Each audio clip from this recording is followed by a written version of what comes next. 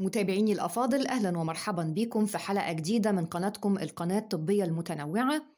النهاردة هكلمكم في موضوع في صميم تخصصي كطبيبة وجراحة فم وأسنان وماجستير تركيبات متحركة، هو موضوع الجز على أسنان الطقم، سواء طقم كامل أو تركيبات متحركة جزئية.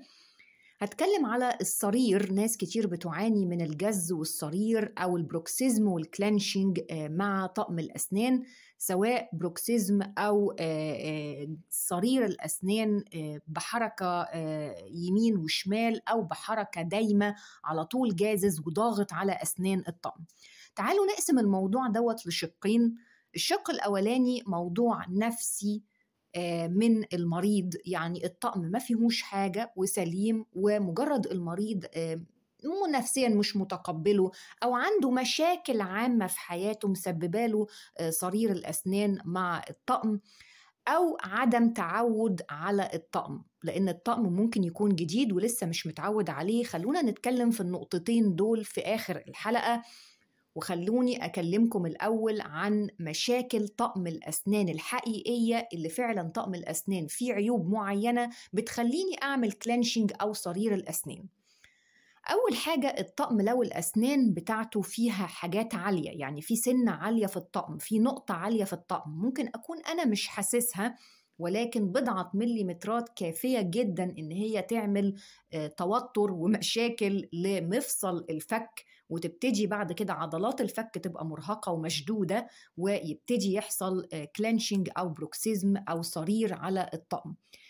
حلها إن إحنا بنتوجه للطبيب ونتأكد إن مفيش أسنان عالية. الطبيب بيحط ورقة كربون على الطقم، سواء كربون أحمر كربون أزرق، بيبتدي يعض عليه المريض في كل الاتجاهات، ويبتدي الطبيب يشوف لو في حاجة عالية بيبتدي يشيل من الأسنان العالية، وبالتالي العضة تبقى مظبوطة والكلانشينج أو البروكسيزم دوت بيقل. تاني مشكلة إن العضة في الطقم كانت متاخدة غلط، أو عضة الطقم أو الأوكلوجن أو الإطباق ما بين الفكين مش مظبوط، نتيجة لأن الدكتور خد العضة مش مظبوطة، أو المعمل ما ظبطش العضة بتاعة الطقم أيا كانت، أو المريض بيعض بطريقة غلط، أيا كان كل ده بيأثر على الفك وعضلات الفك وعلى المفصل، وبالتالي يحصل بروكسيزم أو كلينشينج. كمان الطقم لو واسع، لو أنا الطقم واسع عليا من الأول، أو الطقم وسع مع الوقت نتيجة لتآكل العظام، ده برضو بيعمل لي حركة في الطقم ومال أوكلوجن، يعني التطابق ما بين الأسنان ما بيبقاش مظبوط، وده برضو هيسبب لي نفس المشاكل وهيعمل لي البروكسيزم أو صرير أو الضغط على أسنان الطقم. طيب إحنا بنخاف ليه من موضوع الجز أو الصرير على الأسنان الطقم؟ مش بس هياكل لي أسنان الطقم وهيعمل لها تآكل، لا، ده كمان هيبتدي إن عظام الفك نفسه هتتأثر بالعضة الشديدة دي طول الوقت، ويبتدي يحصل تآكل في عظام الفك، ويبتدي بعد كده الطقم يوسع وحجم العظم يبتدي يقل، ونبتدي نخسر الطقم، الوسع بتاعه يبتدي يوسع، الطقم يبقى محتاج بطانة. غير كده كمان ممكن يأثر لي على عضلات الفك، هيأثر لي على مفصل الفك، يبتدي يحصل بعد كده بوبينج ساوند وكليكينج ساوند، يعني يحصل طرقعة وفرقعة في الفك. المفصل بعد كده مشاكله كبيرة، مش عايزين ندخل في مشاكل في الديسك أو مشاكل في المفصل، علاجها بعد كده بيبقى صعب، وبعد كده تطورها ومخاطرها ممكن تؤدي إلى إن احنا نحتاج عملية في مفصل الفك. فبالتالي لازم نخلي بالنا كويس قوي من موضوع الجز، لأنه بعد كده بيعمل لي مشاكل كبيرة. طيب الحل إيه؟ إن أنا واحدة واحدة أبتدي أعالج السبب اللي كان في الطقم، وأستعين بقى بشوية مساج، أشتري كريم مساج وابتدي أعمل كريم مساج على منطقة الفك ومنطقة المفصل، وأعمل مساج دائري بالكريم دوت. أبتدي أعمل كمادات مية دافية، أبتدي أخد أسبرين كل يوم، لو أنا مش ممنوع من الأسبرين وعنديش مشاكل صحية ممكن أخد أسبرين كل يوم. ممكن أجيب من الصيدلية كريمات ريلاكسنت، ماسل ريلاكسنت، أو باسط للعضلات، كريمات باسطة للعضلات، كريمات بتؤدي إلى ريلاكسيشن، بتعمل ريلاكسيشن في العضلات وتقلل لي العضلات المشدودة. لو الموضوع ما تحلش أو الموضوع مش من الطقم، هقول لكم بنعمل إيه بعد كده الحل النهائي.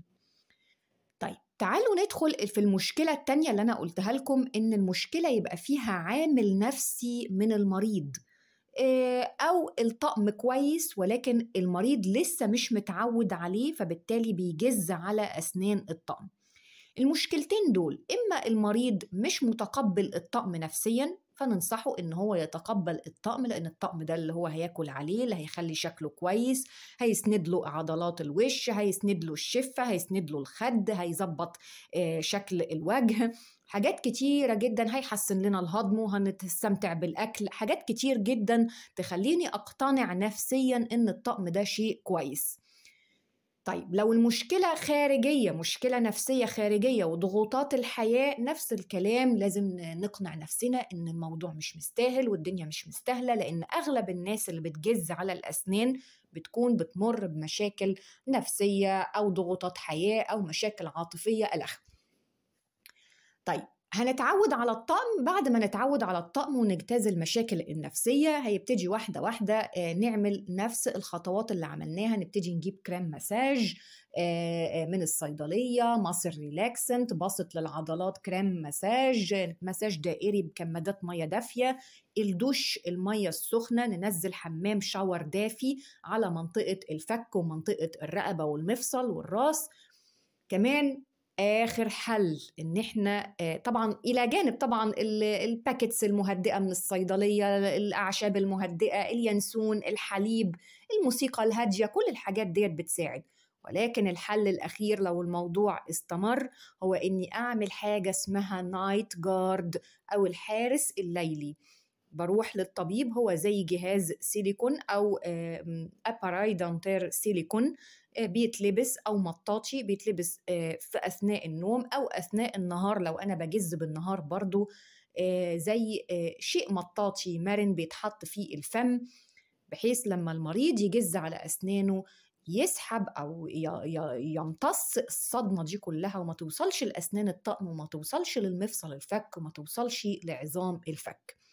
ده بيتعمل إزاي؟ بنروح لطبيب الأسنان، بنقول له إحنا عايزين نعمل نايت جارد أو الحارس الليلي، لأن هو بيحرس الأسنان علشان ما نجزش بالليل، أو لو جزينا هو اللي بيحرسها وبيحرس الأسنان ويمتص الصدمات أو قوة العضة. بنروح للطبيب، بياخد لنا مقاس علوي ومقاس سفلي وبيبعتها المعمل، 2-3 أسبوع بالكتير بيكون النايت جارد جاهز والطبيب بيسلمهولك. وأنا كنت عاملة حلقة ازاي اهتم بالنايت جارد بتاعي، ازاي البسه، ازاي انضفه، ازاي احتفظ بيه، ازاي اغيره، امتى احب اغيره، كل الكلام دوت، لان هو طبعا من كتر الجز احيانا بيتخرم لانه سيليكون. اتكلمت في حلقة منفصلة عن موضوع الجز على الأسنان، واتكلمت في حلقة منفصلة عن النايت جارد. أتمنى تكون حلقة النهاردة استفدتم منها، وما تنسوش الإعجاب بالفيديو، وبرحب بتعليقاتكم طبعا وباستشاراتكم الطبية في صندوق التعليقات. مش هطول عليكم، تمنياتي بدوام الصحة والعافية للجميع، وأشوفكم في حلقة قادمة إن شاء الله.